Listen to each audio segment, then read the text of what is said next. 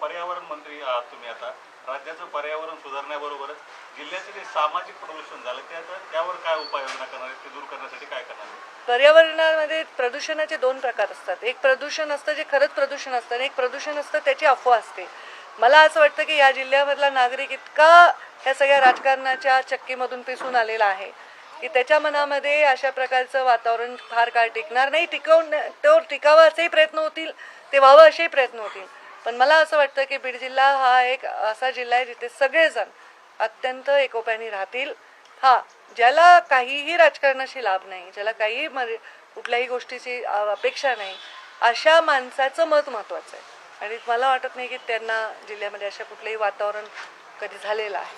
जे काही काळात झालं पण ते परत नॉर्मल पूर्ववत होईल. काही दिवसापूर्वी तुम्ही बीडची बारामती व्हायला पाहिजे, बीडचा बारामती सारखा विकास व्हायला पाहिजे असं मी म्हटलं नाही. अपेक्षा व्यक्त केली होती. बीड बीडच राहायला पाहिजे.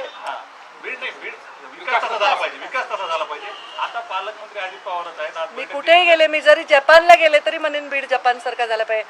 असं नेता हवाय का नाही तुम्हाला की जो जिथे जाईल तिथला विकास बघून म्हणेल की असा विकास झाला पाहिजे, तो जिल्हा तो झाला पाहिजे असं नाही.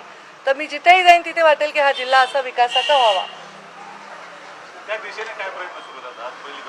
त्या दिशेने प्रयत्न सुरूच आहे ना. माझ्या 5 वर्षाच्या काळात पहिले रोड नव्हतं, इन्फ्रास्ट्रक्चर नव्हतं, रेल्वे नव्हतं, पाण्याचा दुष्काळ होता. त्या सगळ्या गोष्टींची लढत इथपर्यंत आलो आहे. आणि आता जरा इन्फ्रास्ट्रक्चर तयार करून जास्तीत जास्त इथे लोकांना चांगला विकास द्यावा याचा प्रयत्न आमचा आहेच आहे. तो प्रयत्न यशस्वी व्हावा अशी प्रार्थना करते. रेल्वेचं स्वप्न देखील पूर्ण होते.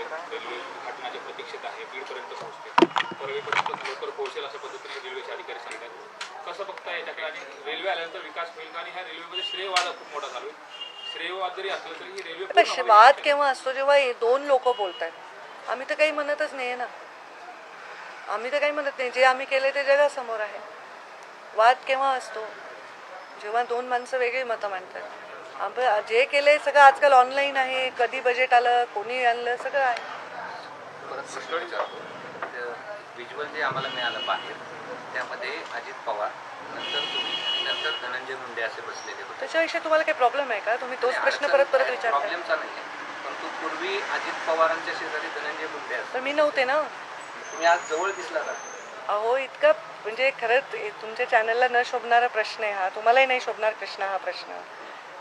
देवेंद्र धनंजय उशिरा आला तर ती खुर्ची रिकामी ठेवायची का अजितदादांच्या? तर मंत्री लिहिलेलं होतं, तिथे लिहिलं नव्हतं मंत्री धनंजय मुंडे.